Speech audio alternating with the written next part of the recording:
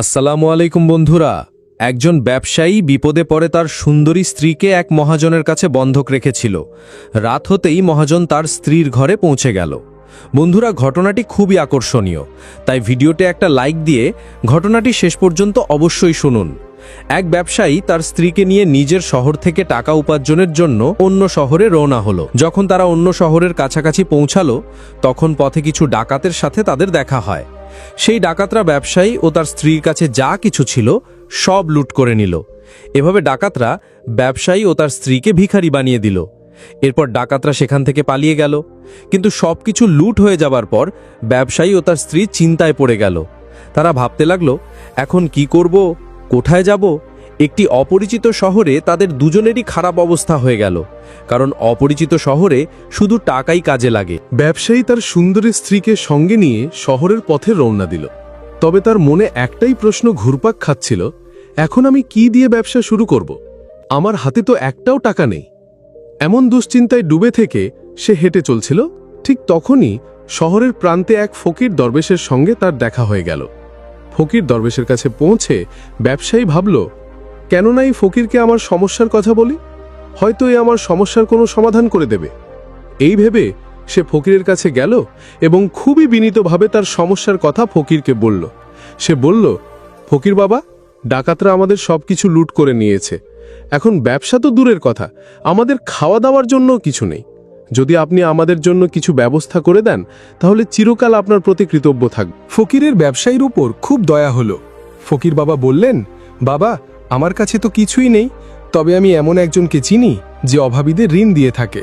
তোমরা দুজন তার কাছে গিয়ে তোমাদের সমস্যার কথা বলো, হয়তো সে তোমাদের কিছু টাকা দেবে।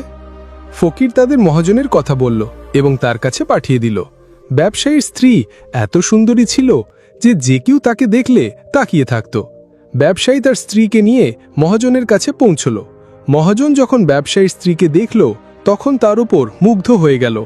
তবে ব্যবসায়ী এসব নিয়ে একেবারেই চিন্তিত ছিল না। সে হাত জোর করে মহাজনের কাছে বলতে লাগল, মহাজন, আমার কিছু টাকার প্রয়োজন। কিন্তু মহাজনের একটা কড়া নিয়ম ছিল। সে ঋণ দিত ঠিকই, তবে বিনিময়ে কিছু না কিছু বন্ধক রাখতেই হতো। সে বলল, টাকা তো দেব, কিন্তু তোমার কাছে বন্ধক রাখার মতো কি আছে সেটা আগে বলো। এখন ব্যবসায়ী ভাবতে লাগল, তার কাছে তো কিছুই ছিল না। কিছুক্ষণ ভেবে খুব বিনীতভাবে বলল, মহাজন সাহেব, আমার কাছে বন্ধক রাখার মতো কিছুই নেই। মহাজন বলল, দেখো ভাই, এভাবে আমি তোমাকে এক পয়সাও দিতে পারবো না, এটা আমার নীতি। ব্যবসায়ী আবার ভাবনায় পড়ে গেল। কিছুক্ষণ ভেবে মহাজনকে বলল, মহাজন, আপনি আমার স্ত্রীকে বন্ধক রেখে আমাকে কিছু টাকা দিন। আমি সেই টাকা দিয়ে ব্যবসা করে শীঘ্রই আপনার টাকা সুদসহ ফিরিয়ে দেব এবং আমার স্ত্রীকে ফিরিয়ে নিয়ে যাব। ততক্ষণ আমার স্ত্রী আপনার দেওয়া টাকার বিনিময়ে আপনার কাছে আমার আমানত থাকবে। মহাজন তো এটাই চাইছিল। ব্যবসায়ীর এই কথা শুনে মহাজন খুশি হয়ে টাকা দেওয়ার জন্য রাজি হয়ে গেল এবং টাকার বিনিময়ে ব্যবসায়ীর স্ত্রীকে নিজের কাছে রেখে দিল। এখন মাঝরাতের সময় পেরিয়ে যেতেই মহাজন ব্যবসায়ীর স্ত্রীর রুমে পৌঁছে গেল। এটা দেখে ব্যবসায়ীর স্ত্রীর পায়ের তলা থেকে মাটি সরে গেল। সে ভয়ে কুঁকড়ে গেল এবং বলল, আল্লাহর দোহাই, আমার রুম থেকে বেরিয়ে যান। কিন্তু মহাজন কি মানবে?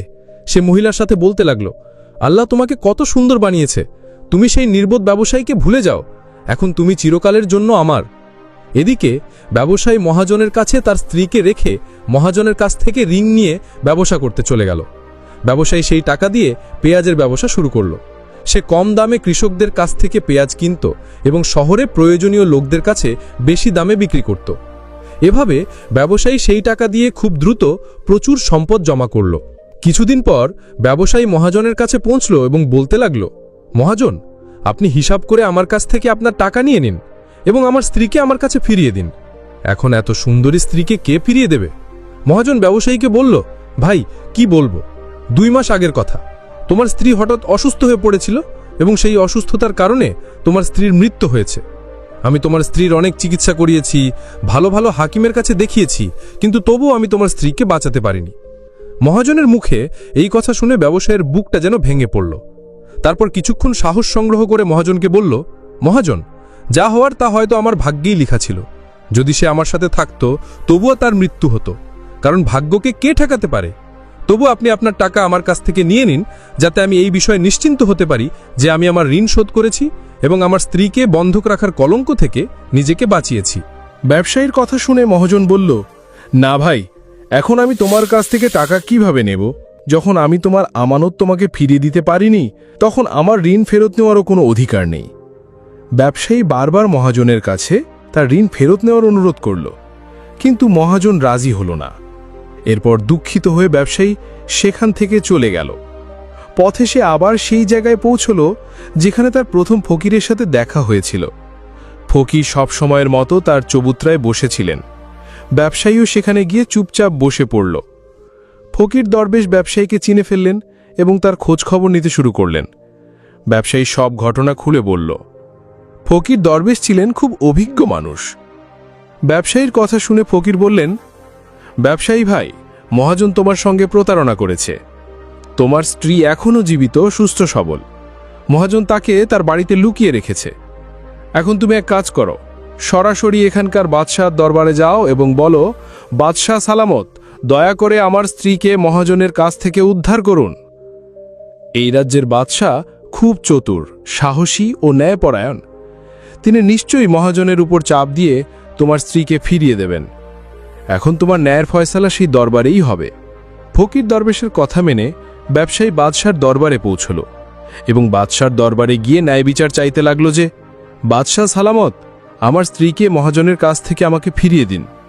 বাদশাহ মহাজনকে ডাকলেন এবং জিজ্ঞাসা করলেন, এই কথা কি সত্য যে এই ব্যবসায়ী কিছু টাকার বিনিময়ে তার স্ত্রীকে তোমার কাছে বন্ধক রেখে গিয়েছিল? মহাজন হ্যাঁ বলে বলল, জি সুলতান, ব্যবসায়ীর এই কথা একেবারে সত্য। বাদশাহ আবার বললেন, তাহলে তুমি তার স্ত্রীকে ফিরিয়ে দিচ্ছ না কেন? বাদশার কথা শুনে মহাজন বলল, কিভাবে ফিরিয়ে দেব সুলতান মুআজ্জম? আমি তো এই ব্যবসায়ীকে বলেছিলাম যে 2 মাস আগে তার স্ত্রীর মৃত্যু হয়েছে। সুলতান মুআজ্জম, এখন আমি আল্লাহর কাছে গিয়ে তো তার স্ত্রীকে ফিরিয়ে আনতে পারি না। বাদশাহ জিজ্ঞাসা করলেন, তোমার কাছে কোনো সাক্ষী আছে যিনি এই কথার সাক্ষ্য দেবেন যে তার স্ত্রী এই দুনিয়া থেকে বিদায় নিয়েছে? মহাজন বলল, সুলতান, এই কথার সাক্ষী সে ভালোভাবে দেবে যিনি ব্যবসায়ী স্ত্রীর চিকিৎসা করেছিলেন, এবং সেই 4 জন লোকও এই কথার সাক্ষ্য দেবে যারা তার স্ত্রীকে কবরস্থানে দাফন করে এসেছে। মহাজনের দৃঢ় কথায় বাদশাহ তার উপর বিশ্বাস করে বসলেন। তখন বাদশাহ ব্যবসায়ীকে বললেন, যদি তোমার স্ত্রী জীবিত থাকতো তাহলে আমরা অবশ্যই তোমাকে ফিরিয়ে দিতাম, এখন আমরাও বাধ্য। এভাবে বাদশাহ ব্যবসায়ীকে বুঝি ফিরিয়ে দিলেন।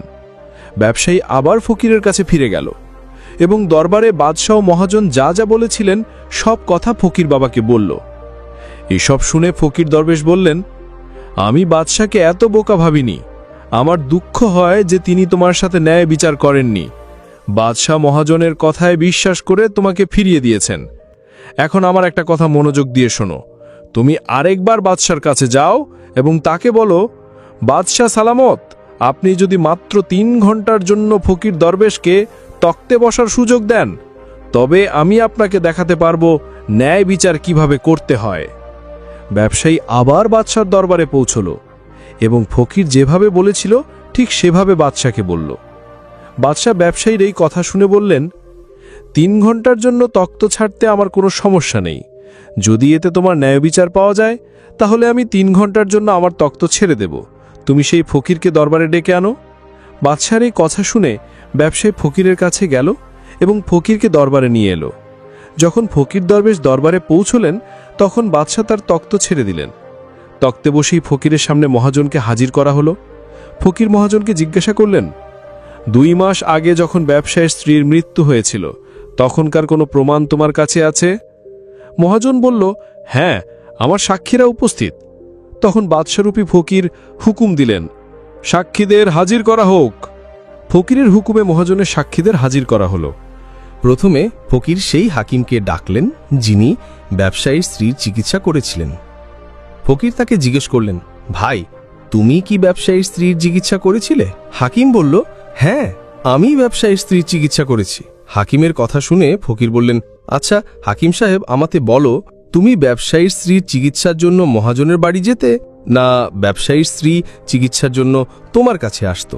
বাদশারূপী ফকিরের কথা শুনে হাকিম বললেন, মহাজন নিজে আমার কাছে এসে ওষুধ নিয়ে যেতেন। ফকির বলেন, মানে তুমি নিশ্চিতভাবে বলতে পারো না যে সেই ওষুধ মহাজন ব্যবসায়ীর স্ত্রীর জন্যই নিয়ে যেত নাকি অন্য কারুর জন্য?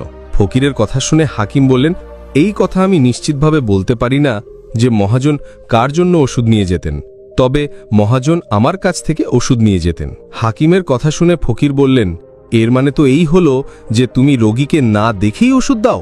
এটা তো খুবই অদ্ভুত ব্যাপার। তুমি ওষুধের জায়গায় কাউকে বিষও দিতে পারো, এবং হতে পারে তোমার দেওয়া বিষের কারণেই এই ব্যবসায়ীর স্ত্রীর মৃত্যু হয়েছে। ফকিরের এই কথা শুনে হাকিমের মুখ ভয়ে ফ্যাকাশে হয়ে গেল। সে গলা পরিষ্কার করে বলতে লাগলো, না হুজুর, এটা কখনোই হতে পারে না। আমি আমার রোগীকে ওষুধের বদলে বিষ কেন দেব? আর এটা করলে আমার সমস্ত সম্মান ধুলোয় মিশে যাবে। হাকিমের কথা শুনে ফকির বললেন, এখন তো বলবেই, আমি তোমাকে তোমার কাজে অবহেলার জন্য এবং একজন রোগীর জীবন নিয়ে খেলার অপরাধে 50টি বেত্রঘাতের হুকুম দেব। এর সাথে তোমার মুখ কালো করে সারা শহরে ঘোরানো হবে। এখন তুমি ভেবে দেখো, সত্যি বলবে নাকি আমি সিপাহীদের তোমাকে গ্রেফতার করার হুকুম দেব। এটা শুনে হাকিমের শরীর কাঁপতে লাগলো। সে ফকিরের পায়ে পড়ে বলল, হুজুর, আমাকে মাফ করুন। আমি স্বীকার করছি আমি মহাজনের কোনো রোগীর চিকিৎসা করিনি। মহাজন আমাকে 10,000 টাকা দিয়েছিল এবং বলেছিল যে যদি সাক্ষ্য দেওয়ার প্রয়োজন হয় তবে এই বলে তার পক্ষে সাক্ষী দেব। আমার এটাই একমাত্র অপরাধ যে লোভে পড়ে আমি মহাজনের কথা মেনে নিয়েছি। বাদশারূপী ফকির বললেন, যাই হোক, তুমি অপরাধ করেছ, তাই আমি তোমাকে মিথ্যে সাক্ষ্য দেওয়ার অভিযোগে 10টি বেত্রঘাতের হুকুম দিচ্ছি। ফকিরের হুকুম বাদশার সিপাহীরা তৎক্ষণাৎ পালন করল এবং হাকিমকে ধরে দরবারে বেত্রঘাত করতে লাগল। প্রথম বেত্রঘাতেই সে জোরে চিৎকার করে উঠল এবং বলতে লাগল, সুলতান, আমার উপর দয়া করুন, আমি মরে যাব। প্রতি বেত্রঘাতে তার গলা থেকে ব্যথা ভরা আওয়াজ বের হতে লাগল। হাকিমের সাথে এমন হতে দেখে মহাজনের সাক্ষী হিসেবে ডাকা সেই 4 জনের হৃৎপিণ্ড যেন মুখে চলে এলো, যারা ব্যবসায়ীর স্ত্রীকে কবরস্থানে দাফন করার কথা বলেছিল। এখন সেই 4 জন সাক্ষীর পালা এলো।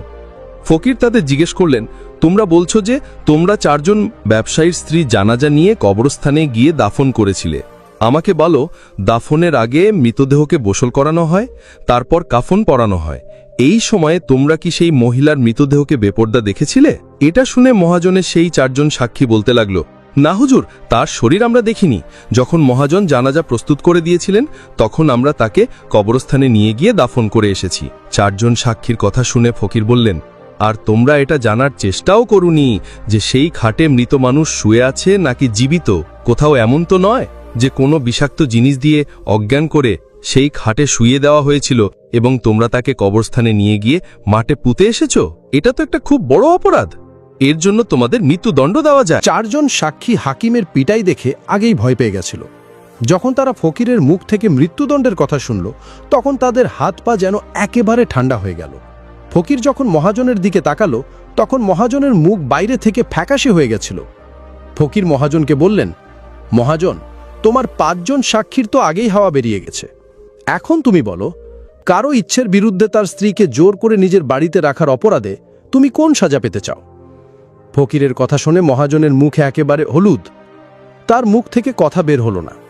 বাদশারূপী ফকির বললেন, এর আগে আমি তোমাকে 10 বছরের সাজা দেওয়ার আগে এখনো সময় আছে যে তুমি এই ব্যবসায়ীর স্ত্রীকে দরবারে হাজির করো।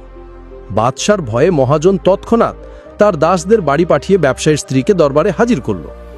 ফকির ব্যবসায়ীকে তার স্ত্রী ফিরিয়ে দিলেন এবং মহাজনকে মিথ্যা সাক্ষ্যে 5 মাসের কারাদণ্ডের সাজা দিলেন।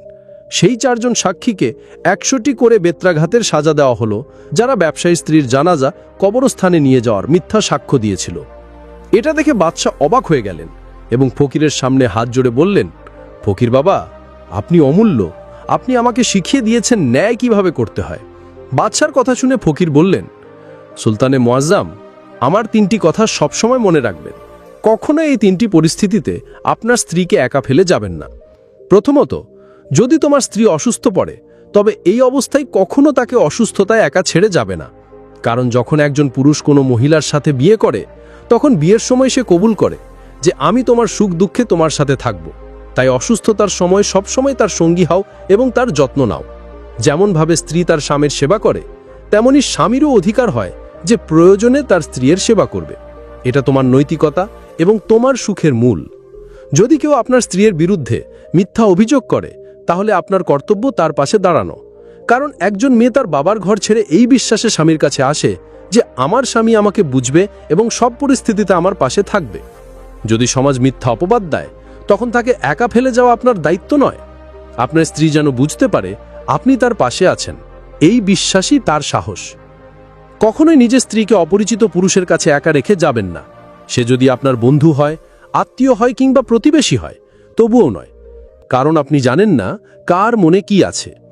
নারীর সম্মান রক্ষার দায়িত্ব প্রথমত তার স্বামীর, সুতরাং নিজের স্ত্রীকে নিরাপদ রাখা আপনার কর্তব্য। হ্যালো গাইস, আসসালামু আলাইকুম। সবাই কেমন আছেন? তো গাইস, আমাদের ভিডিও গল্প যদি ভালো লাগে তাহলে আমাদের চ্যানেলকে সাবস্ক্রাইব করে আমাদের সাথে থাকুন।